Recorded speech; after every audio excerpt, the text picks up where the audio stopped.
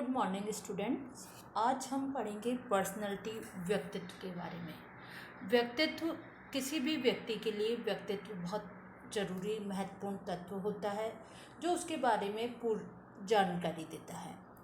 तो सबसे पहले इसका अर्थ अगर हम देखें तो पर्सनैलिटी शब्द लैटिन वर्ड पर्सोना से लिया गया है, जिसका अर्थ मास्क, मुखौटा या नकली चेहरा माना जाता था। प्राचीन समय में अगर किसी व्यक्ति के मुखौटा लगा देते, वही उसकी पर्सनालिटी मानी जाती। कोई दिखने में व्यक्ति कैसा है, अगर वो अच्छा ज़्यादा नहीं है, सुंदर नहीं है, यानी उसकी पर्सनालिटी अच्छी नहीं मानी जाती थी। और कोई सुंदर है तो उसकी पर्सनालिटी बहुत अच्छी मानी जाती थी। लेकिन धीरे धीरे समय के साथ मनोवैज्ञानिकों ने कि ये परिभाषा सही नहीं है। इसके अलावा उन्होंने एक नया अर्थ इसका दिया कि प्रत्येक व्यक्ति में कुछ विशेष गुण या विशेषताएं होती हैं जो दूसरे व्यक्ति में नहीं होती हैं। इन्हीं गुणों और विशेषताओं के कारण प्रत्येक व्यक्ति एक दूसरे से भिन्न होता है।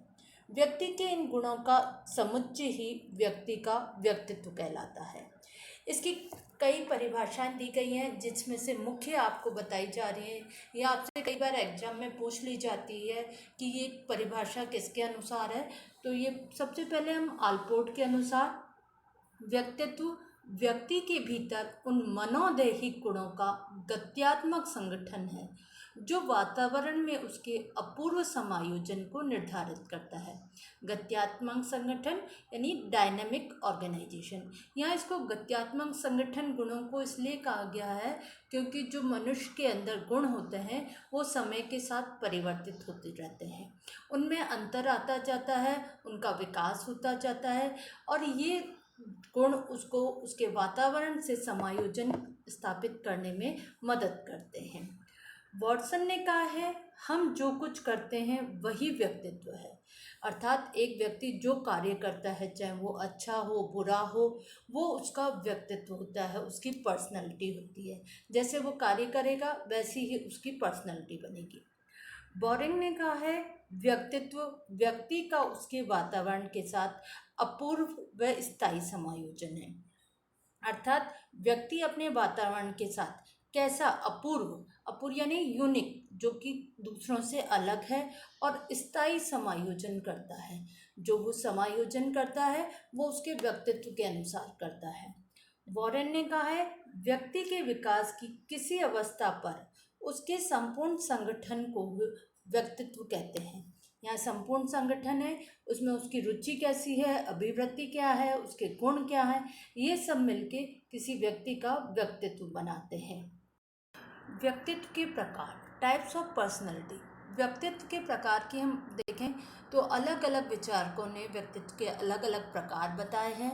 तो सबसे पहले पाश्चात्य दृष्टिकोण में हिप्पोक्रेट्स और गैलन का वर्गीकरण, इन्होंने शारीरिक द्रव्यों के आधार पर व्यक्तित्व को बांटा है। इन्होंने व्यक्तित्व के 4 प्रकार बताए हैं। उसमें द्रव्य की मात्रा के आधार पर व्यक्तित्व के प्रकार और उसमें लक्षण बताए गए हैं। अधिक रुधिर वाले को इन्होंने सैंग्विन कहा है। सैंग्विन ऐसे व्यक्ति शीघ्र कार्य करने वाले होते हैं। दूसरा, पीले पित्त वाले येलो बॉयल के को कॉलोरिक कहा है और ये शीघ्र क्रोध में आने वाले व्यक्ति होते हैं। काले पित्त वाले मेलकॉलिक कहलाते हैं और ये निराशावादी व्यक्ति होते हैं। कफ वाले व्यक्ति फ्लैग्मेटिक कहलाते हैं। ये व्यक्ति धीमे, निर्बल या कमज़ोर और निरुत्तेजित होते हैं, अर्थात जल्दी उत्तेजित नहीं होते हैं। दूसरा वर्गीकरण पेशमर ने दिया है। पेशमर ने व्यक्ति की शारीरिक स्थिति के अनुसार 3 प्रकार के मुख्य रूप से व्यक्तित्व बताए हैं और इन तीनों प्रकारों का एक मिश्रित रूप उन्होंने चौथा रूप दिया है। तो कई बार आपसे पूछा जा सकता है कि पेशमर ने कितने व्यक्तित्व बताए हैं। तो सबसे पहले उन्होंने 3 बताए थे और फिर उन्होंने एक मिश्रित रूप बताया चौथा। तो 3 या 4 में से आप उत्तर जो हो वो देंगे। फर्स्ट है पुष्टकाय, एथलेटिक।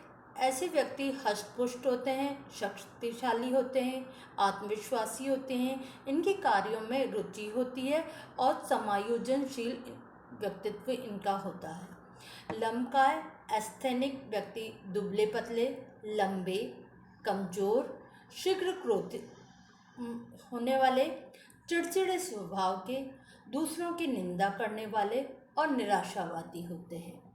गोलकाय व्यक्तित्व, जिनको पिकनिक के नाम से भी जानते हैं, ये नाटे, मोटे, गोल मटोल शरीर वाले, प्रसन्नचित्त, आराम प्रिय व्यक्तित्व होते हैं और ये मिलनसार व्यक्तित्व इनका होता है। इन्हीं तीनों प्रकारों का एक रूप है मिश्रित, डाइसफेलेटिक। ये तीनों प्रकार से मिश्रित होते हैं और इनका शारीरिक गठन असाधारण प्रकार का होता है।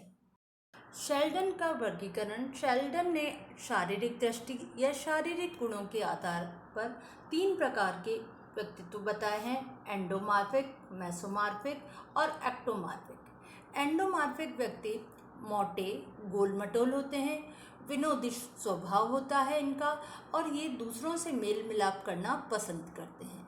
मेसोमॉर्फिक व्यक्तित्व वाले व्यक्ति का शरीर भारी होता है, मजबूत शरीर होता है, शारीरिक कार्यों में रुचि होती है, जोखिम के कार्य करना ये पसंद करते हैं, लेकिन ये अधिकतर झगड़ालू स्वभाव के होते हैं, आक्रामक रूप होता है इनका।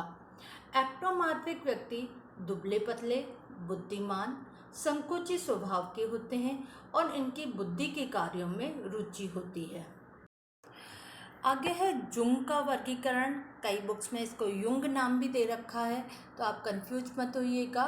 ये जुंग और युंग एक ही व्यक्ति हैं।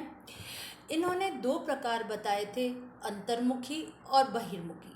बाद में इन्होंने कि कई व्यक्ति ऐसे देखे जिनमें इन दोनों प्रकार के व्यक्तियों का गुणों का समावेश पाया जाता है, तब इन्होंने तीसरा प्रकार दिया, उभयमुखी, एम्बिवर्ट, जिसमें कुछ गुण अंतर्मुखी के होते हैं और कुछ गुण बहिर्मुखी के। अंतर्मुखी इंट्रोवर्ट व्यक्ति लज्जाशील होते हैं, एकांत प्रिय होते हैं, एकांत में अकेले रहना इनको पसंद होता है, कल्पनाशील होते हैं, कल्पना में खोए रहते हैं, अल्पभाषी, कम बोलने वाले होते हैं, संकोची स्वभाव के होते हैं, इनकी रुचि पढ़ने में बहुत अधिक होती है, ये किताबें पढ़ते हैं और कई बार ऐसे व्यक्ति अच्छे लेखक भी होते हैं।